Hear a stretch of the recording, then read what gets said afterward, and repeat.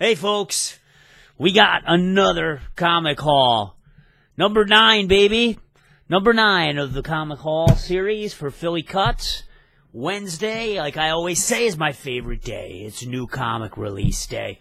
We got a huge stack, some important issues. Let me just start off with saying I bought a new graphic novel that came out in hardcover, which was the 2014 Eisner Award by Scott Snyder, The Wake. Okay? Let me read the back to you real quick. I still got it sealed here. Nice hardcover edition. A mysterious signal is detected emanating from the ocean's depths, and in less than a month, the world has drowned. Unknown monsters appear from the deep, their origins hinting at ancient secrets humanity never thought to suspect. In the midst of terror, 2 women from different centuries embark on a journey that will answer humankind's biggest questions. Where did we come from? Where are we going? And will our species survive long enough to make it there? Can't wait to get into this one.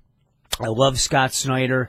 I love the work that he did with the Death of the Family, Batman, that whole Joker turn, ripping his face off, cutting his face off. Some people didn't like that. I loved it. So we're going to take a look at this later. I'm going into this blind. I bought this strictly on the fact that I have been reading Batman, and I have been reading past Batman graphic novels, and I really enjoy the writing of Scott Snyder. So stay tuned. We're going to crack this baby open and just leaf through it. Try not to spoil too much for you, but that's the first purchase. Oh, and it's $25 retail, hardcover. DC Comics, Vertigo. Okay? Alright. Big release for Marvel, starting the biggest story arches in Spider-Man history. That's what they say. Starting in The Amazing Spider-Man number 9, Spider-Verse Part 1. This is a big issue. $5 for this first part of the story. This is going to span over 20 different issues. Now, if you want to just stick, they tell you in the back, if you want to just kind of stick to the main story, not get all the periphery, you just have to get Amazing Spider-Man number 9 through 14. So 5 issues. But if you want everything and you want to know everything about it, you got to get 20. 20 issues, folks. And this is going to span over Spider-Verse Team Up number 1, which also came out this week, and I purchased. This is just going to be a 2-parter, the Spider-Verse Team Up, but we'll get to that. This is going to go over Spider-Man. Oh my God, I got to get in the camera here, folks. Spider-Verse Team Up, Scarlet Spiders, Spider-Man 2099, Spider-Woman, Scarlet Spiders, just a whole bunch of different series in here. I don't want to spoil anything. I haven't read anything in here yet. I was reading Edge of the Spider-Verse, the main stories there. But I was leafing through this, and you just get introduced one after the other. There's one of my favorites there, Spider-Ham. One after the other, you just get introduced to these new multiverse Spider-Man. I mean, it's almost like overload. They just keep popping up in here. They keep showing you new one after new one. There's Spider-Woman. I really liked her. She was in the Edge of Spider-Verse number 3, I believe, or number 2. Sorry, number 2.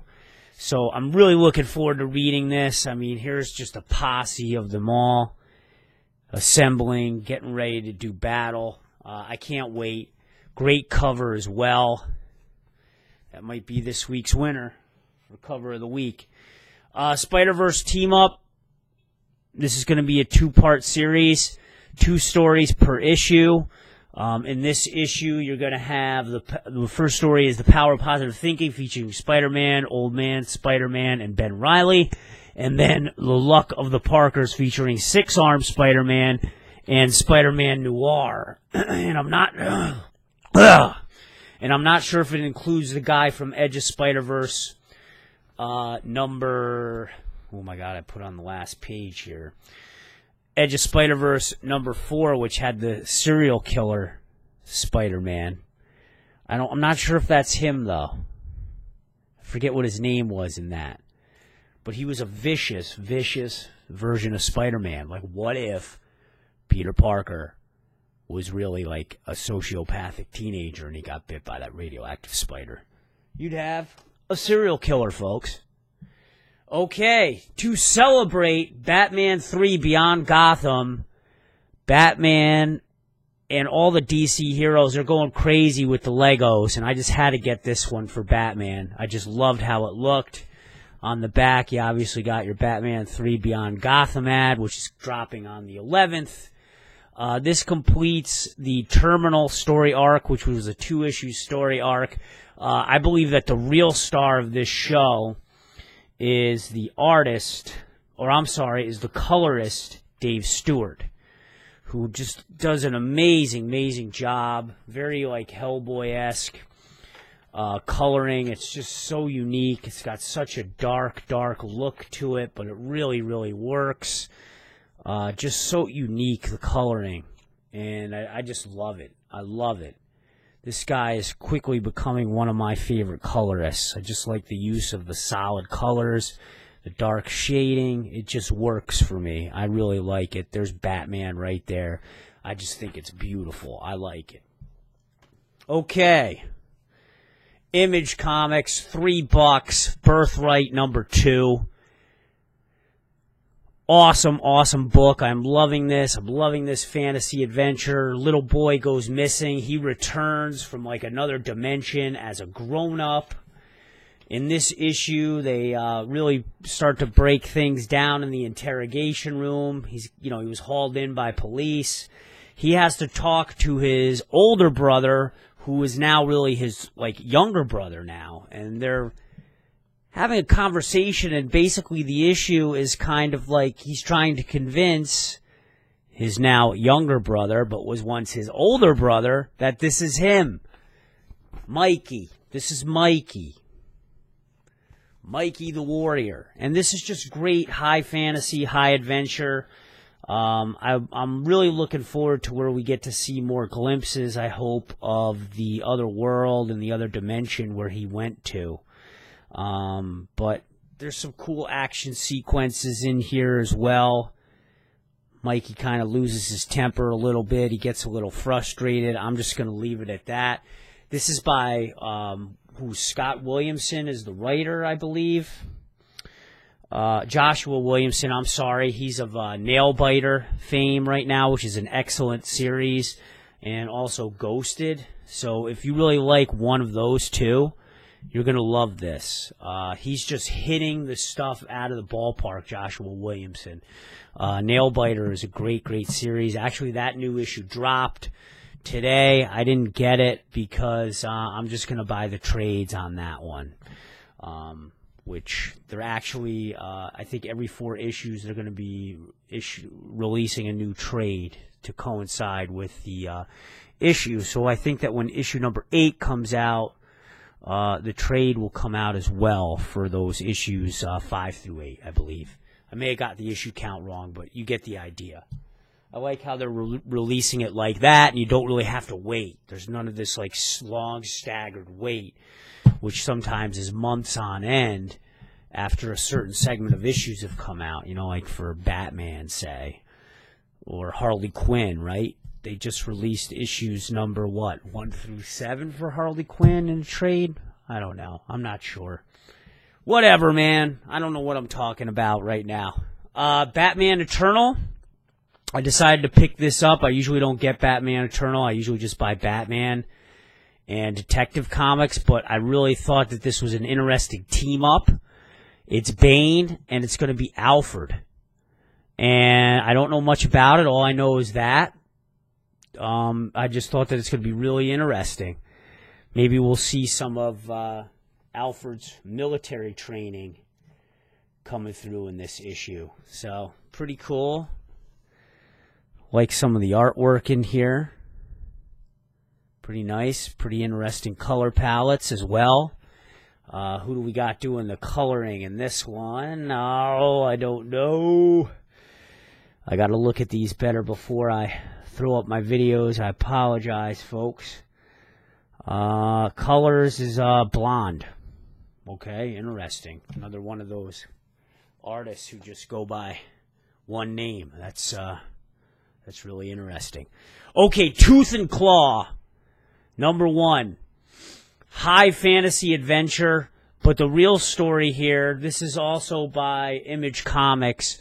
This is 48 pages, people, with no ads, and it's $3 for this inaugural issue, rated M for mature. I mean, talk about value. I mean, it's just unbelievable.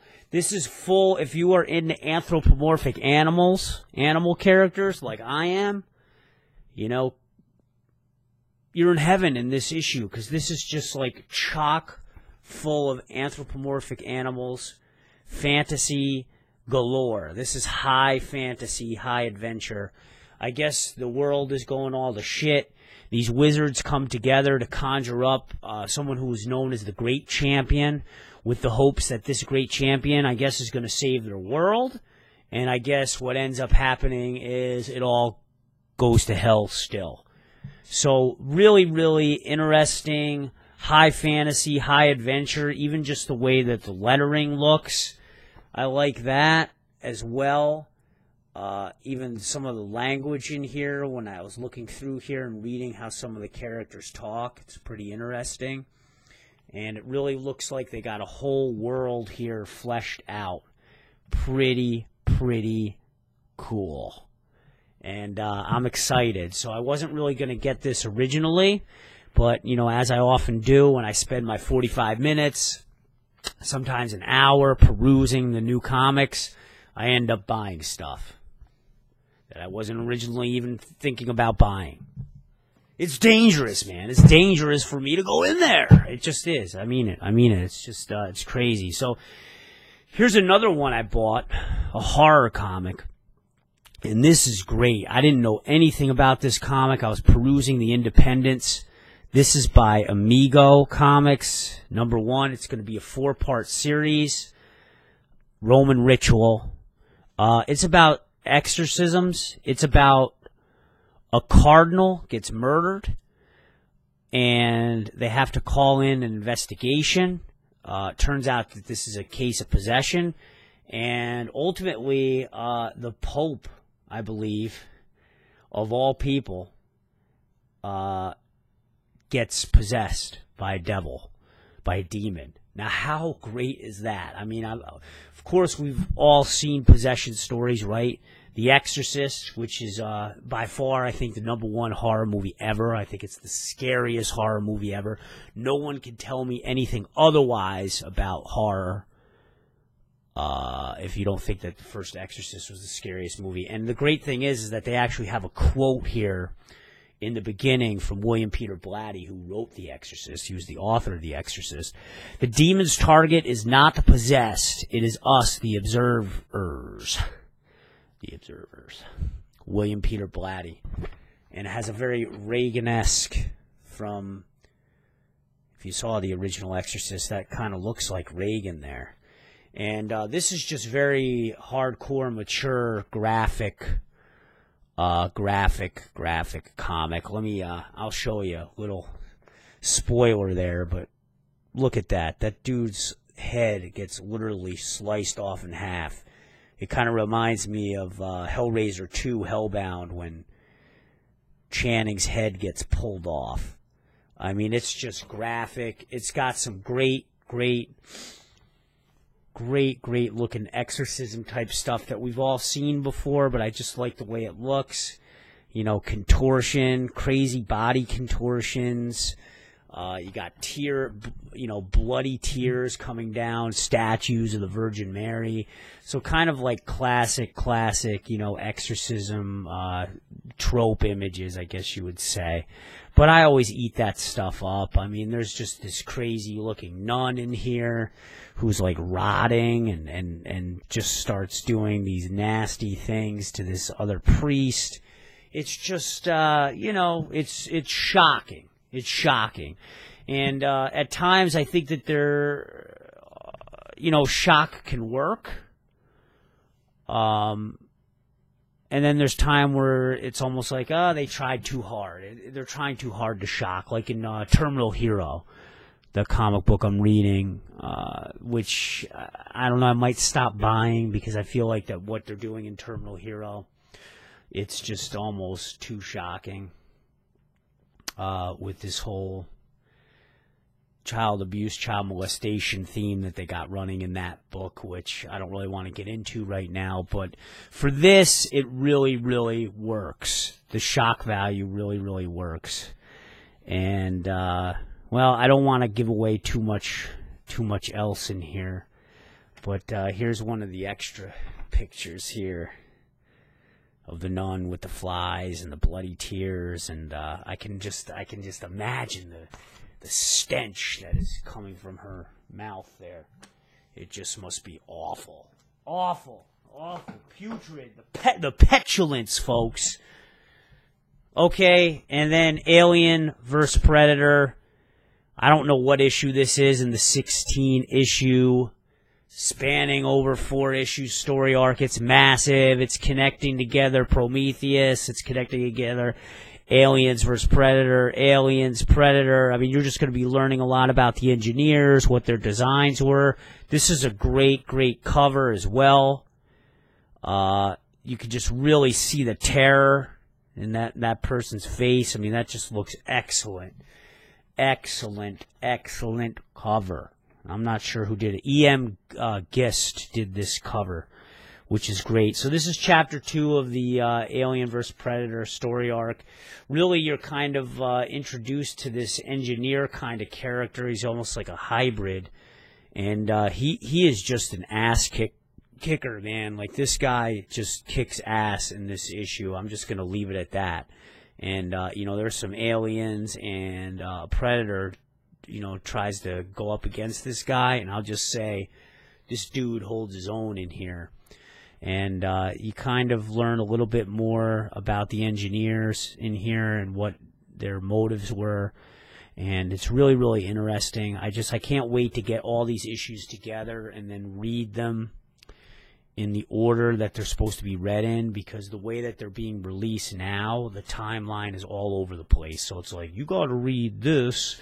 So like this says, this story takes place after the events of Prometheus, Fire and Stone, number 1 through 4, and concurrently with the events of Predator, Fire and Stone, number 1 through 4. So, I don't know, I feel like that you could go back.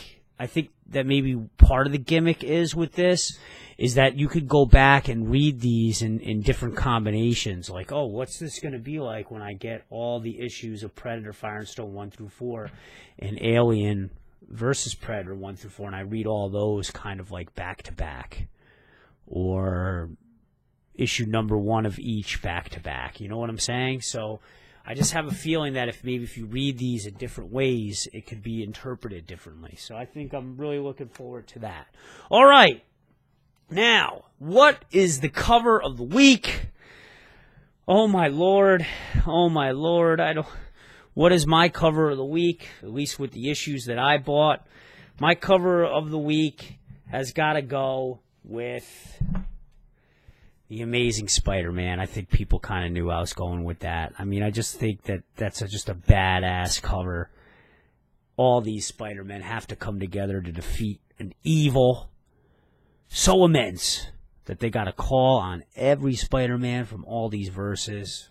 Good Lord. I mean, that's it. That's the cover of the week for me. Let me know what your cover of the week is, folks. Love to hear from you. And if you have any ideas for this series, leave some comments down below. I'd really appreciate it. I love hearing from you guys. I know that there's a few people out there who are watching these vids and really enjoy them. And I want to let you guys know that I'm going to really keep at this and keep these comic haul videos coming every week.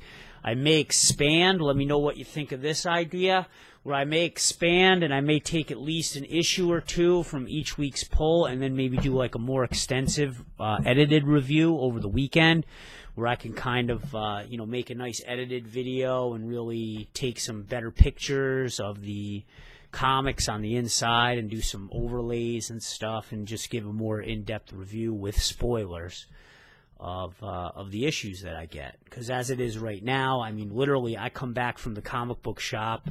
I might, glance through each issue real quickly, and that's it. For my comic haul videos, I know that they're a little bit long, especially this one's running long. But for my comic haul videos, I don't like to just, show you the cover. Oh, Amazing Spider-Man number 9. Alien Predator vs. Predator number 2. You know what I mean? I like to kind of give a little information about it, each one, okay? So that's probably not going to change. That's my style. All right, let's open up the Wake. We'll take this out of the plastic. Let me use my pen here. And maybe we'll take the jacket off and see, because sometimes they put some pretty cool graphics on the cover underneath. I know they did that with my Batman Killing Joke, which was a great book, by the way. Oh, let me be careful. I don't want to rip this. Okay. All right. So here it is, the Wake. The waters will rise, ladies and gentlemen. That's the inside jacket cover. And then on the back, it just gives a synopsis of the writers, Scott Snyder, Sean Murphy, and Matt Hollingsworth, who's the colorist. All right, so let's take this off and see if there's anything cool underneath. No, not really. So just kind of an imprint. I don't even know if you can see it, barely. It says The Wake. And that's it. So boring, but you never know. You never know. Sometimes they throw something really nice in there. The book feels good. This was a 10-issue series. 2014 Eisner Award winning series. And, oh, man, I'm getting that new book smell big time. Oh, man. It's like when I used to unbox video games. It looks pretty good. You're seeing definitely some big, crazy creatures in here. Looks like a giant prehistoric-sized shark devouring a woolly mammoth. So that's interesting. I'm going to want to know what the hell is going on there. It has a very, very muted color palette in here, which is awfully interesting. So I'm really looking forward to reading this. Maybe this is one I can review. All right, guys, we're getting at 23 minutes here. I'm going to end it. Enjoy your week. I hope to see you next week with another comic haul. Thanks for watching, and if you have any ideas that you are thinking about, share them below. All right, guys. Peace.